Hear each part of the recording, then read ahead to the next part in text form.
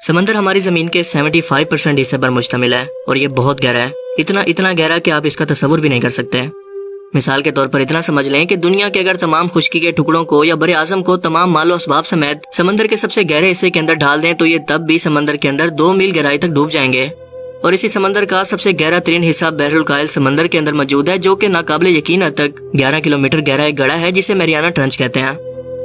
اللہ تعالیٰ کی قدرت کے سمندر کی اس قدر گہرائی میں بھی جہاں پر کچھ بھی نظر نہیں آتا، وہاں پر بھی ایسی پراسرار سمندری مخلوقات موجود ہیں جن کے بارے میں ہم انسان آج تک کچھ نہیں جانتے۔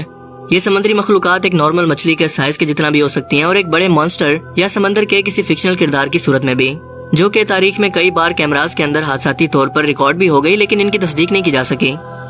یہ مخلوقات کیسی دکھتی ہیں، ان کا باڈی سٹرکچر کیسا ہے، اگر کسی طرح سے ہمارے یہ سامنے بھی آ جائیں تو ہمارے لیے آج بھی جدید ٹیکنالوجی کی مدد سے یہ سمجھنا ممکن نہیں ہے، جس کی سب سے اچھی مثال ہے سائنٹسٹ کو کچھ عرصہ پہلے سمندر کے گہرے ترین حصے کے اندر ملنے والی ایسی پراسرار مخلوق جو کسی ایلین پلینٹ سے آئی ہوئی لگتی ہے۔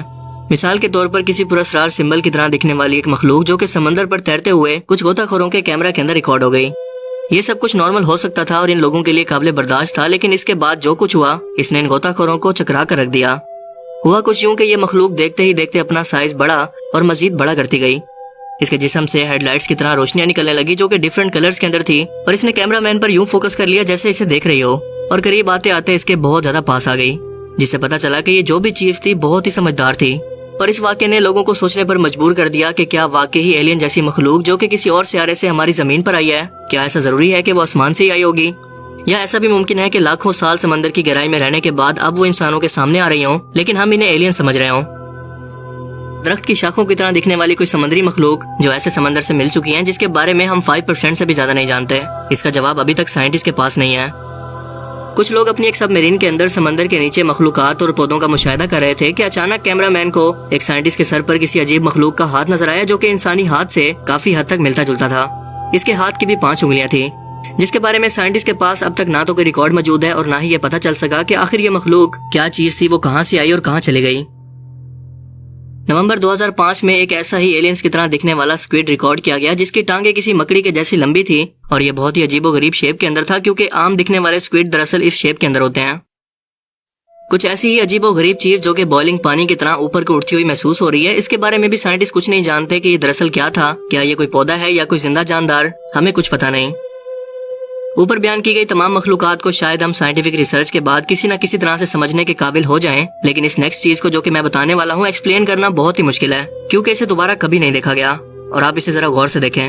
اس کا جسم بالکل جیلی فش کی طرح فلیکسیبل ہے اور اس کے اندر نہ کوئی پسلی ہے اور نہ کوئی ہڈی۔ یہ ہر گزرتے وقت کے ساتھ اپنے کلر بدل رہی ہے، مگر ساتھ ساتھ اس کی دم کبھی باہر نکلتی ہے اور کبھی بالکل غائب ہو کر اس کے اندر چلی جاتی ہے۔ کبھی اس کے پروں جیسے ونگز باہر نکل آتے ہیں تو کبھی اندر جا کر غائب ہو جاتے ہیں۔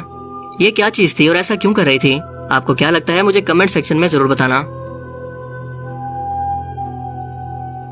جرمنی میں انٹسٹائن کی طرح شیپ میں دکھنے والی جیلی فش کی طرح فلیکسیبل ایک سمندری مخلوق کو دیکھا گیا جسے اوشن ریسرچ انسٹی ٹیوٹ نے تجربات کے لیے سیمپل کے طور پر اپنے پاس رکھ لیا، لیکن وہ یہ نہیں جانتے کہ یہ دراصل چیز کیا ہے۔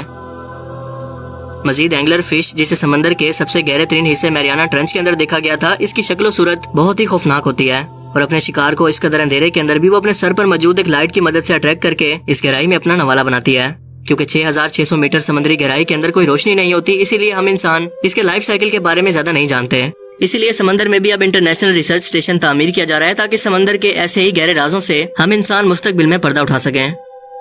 یہ جو بھی چیزیں ہیں دراصل کوئی ایلین مخلوق نہیں بلکہ اسی دنیا کا حصہ ہیں جو کہ ہمارے درمیان ہی رہتی ہیں، مگر اپنے ایک ایسے منفرد الگ جہان کے اندر جس کے بارے میں ہم انسان کچھ بھی نہیں جانتے اور نہ ہی فی الحال سمجھ سکتے ہیں، مگر امید ہے کہ مستقبل کے اندر ایسا ضرور ممکن ہوگا۔